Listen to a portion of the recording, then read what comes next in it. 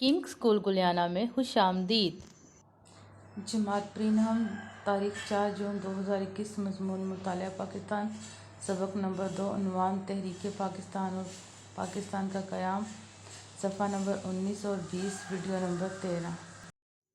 السلام علیکم ورحمۃ اللہ وبرکاتہ۔ بچوں، ہمیں ہر کام شروع کرنے سے پہلے 3 دفعہ درود شریف پڑھنا اپنی عادت بنا لینی چاہیے۔ بسم اللہ الرحمن الرحیم۔ اللہم صلی علی محمد وعلی آل محمد کما صلیت علی ابراہیم وعلی آل ابراہیم انک حمید مجید۔ اللہم بارک علی محمد وعلی آل محمد کما بارکت علی ابراہیم وعلی آل ابراہیم انک حمید مجید۔ آج کی حدیث نمبر 2 ہے الدین النصیحہ، دین ہے رہائی کا نام ہے۔ علم میں اضافے کی دعا کے ساتھ آج کے سبق کا باقاعدہ آغاز کرتے ہیں۔ ربی زدنی علما، اے میرے رب میرے علم میں اضافہ فرما۔ پری 9th کلاس، آج ہم مطالعہ پاکستان کا پڑھیں گے اور آج آپ کا سبق نمبر 2 سٹارٹ کریں گے۔ سبق نمبر 2 ہے بچوں آپ کا تحریک پاکستان اور پاکستان کا قیام، یعنی پاکستان کی تحریک کیسے چلی اور پاکستان کا قیام کیسے آیا، اس میں ہم یہ سارا کچھ پڑھیں گے۔ پہلے ہم سب سے پہلے پڑھیں گے تحریک پاکستان کا پس منظر۔ جو تحریک پاکستان ہے نا، اس کا دو دور تھے، یعنی پہلا دور 1857 سے لے کے 1940 تک تھا اور دوسرا دور 1940 سے لے کے 1947 تک کا تھا۔ سب سے پہلے ہم تحریک پاکستان کا پس منظر پڑھیں گے۔ برصغیر جنوبی ایشیا میں مسلمانوں کی آمد 712 میں محمد بن قاسم کی فتح سندھ سے ہوئی۔ مغل بادشاہ اورنگزیب جہانگیر کی وفات 1707 کے بعد مسلم حکومت میں زوال کے آثار نمودار ہوئے، لیکن اس کے چند ہی سال بعد شاہ ولی اللہ کی شکل میں ایک مجدد منظر پر آ جانے سے برصغیر میں اسلام کی احیاء اور مسلمان کے استقلال کی پرزور تحریک کا آغاز ہوا۔ ٹھیک ہے، یہ پاکستان کی تحریک ہے جو اس کا پس منظر ہم پڑھ رہے ہیں۔ ٹھیک ہے، مجدد کہتے ہیں تجدید کرنے والا۔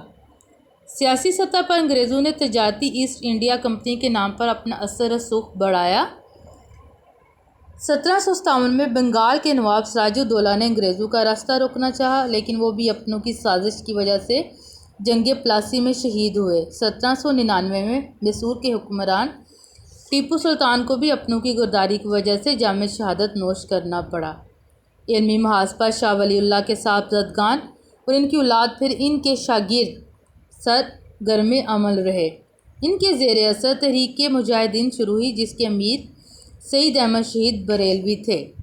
1831 میں سید احمد شہید اور اس کے رفیق حاج سید اسماعیل شہید بالا کوٹ میں سکھوں کا مقابلہ کرتے ہوئے شہید ہو گئے۔ عسکری سطح کہتے ہیں بیٹا فوجی سطح پر احیاء اسلام یعنی اسلام کو دوبارہ زندہ کرنے کی آخری کوشش بھی ناکام ہوگی۔ تربیتی میدان میں اس تحریک کے اثرات جاری رہے اور خاص طور پر بنگال میں فرائضی تحریک نمایاں ہوئی۔ فرائضی تحریک کا جو بنیادی مقصد تھا بچوں وہ مسلمانوں کو فرائض کی ادائیگی اور دعوت کی تلقین تھا۔ 1857 کی جنگ آزادی بھی مسلمانوں کے اسی احیاء اور استقلال کی ایک کوشش تھی۔ تحریک علی گڑھ اور سر سید احمد خان۔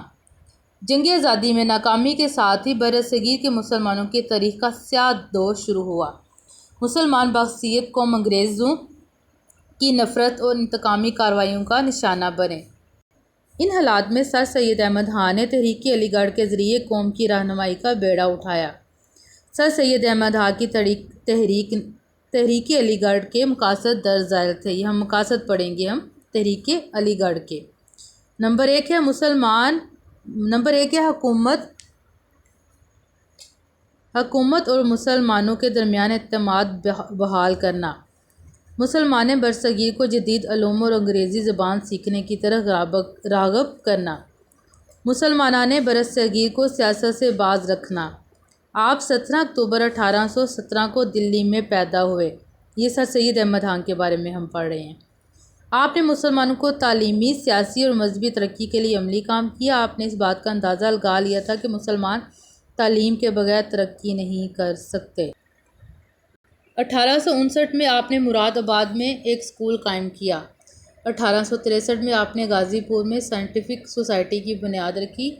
آپ نے 1875 میں علی گڑھ میں جو اسکول قائم کیا وہ 1877 میں کالج اور 1920 میں یونیورسٹی بن گئی۔ 20ویں صدی کے شروع میں مسلمانوں کا پڑھا لکھا طبقہ اسی تعلیمی ادارے کا تعلیم یافتہ ہے۔ رسالہ اسباب بغاوت ہند بھی سر سید احمد خان کی اہم سیاسی خدمت تھی۔ اس رسالے میں آپ نے 1857 کی جنگ آزادی کے حقیقی اسباب سے انگریز حکومت کو آگاہ کیا۔ جنگ آزادی کے بعد سر سید احمد خان کی حیثیت سیاسی مسیحا سے کم نہ تھی۔ مسلمان برصغیر کے وجود کو قائم رکھنے کے لیے آپ آگے بڑھے اور انگریزوں کی غلط فہمیاں دور کرنے کی کوشش کی۔ سر سید احمد خان سیاسی طور پر مسلمان کو کمزور سمجھتے تھے، اس لیے انہوں نے 1885 میں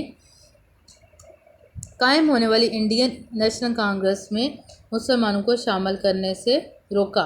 انہوں نے مسلمانوں کو تعلیم کی طرف توجہ دینے کے لیے کہا، کیونکہ مسلمان پہلے تعلیم حاصل کریں تو پھر سیاست میں حصہ لیں۔ یہ سر سید احمد خان کا کہنا تھا، کیونکہ اس کے بغیر وہ انگریزوں کا مقابلہ نہیں کر سکتے۔ سر سید احمد کے کارنامے ان کی زندگی تک محدود نہ تھے، بلکہ انہوں نے ایسی تحریک شروع کی جس نے ان کی وفات کے بعد بھی قومی خدمات انجام دیں۔ سر سید احمد خان نے تحریک علی گڑھ کے ذریعے مسلمانوں کی ایک لڑی میں پرویا، جس سے مسلمانوں کے جداگانہ تشخص کی تشکیل ہوئی۔ یہ ریڈنگ یہاں تک اینڈ ہے بچوں۔ اس میں نے مختصر سوالات آپ کے لیے ریڈی کیے ہیں، وہ آپ نے یاد کرنے ہیں۔ نیکسٹ ڈے انہیں مختصر سوالات کا جائزہ لیا جائے گا۔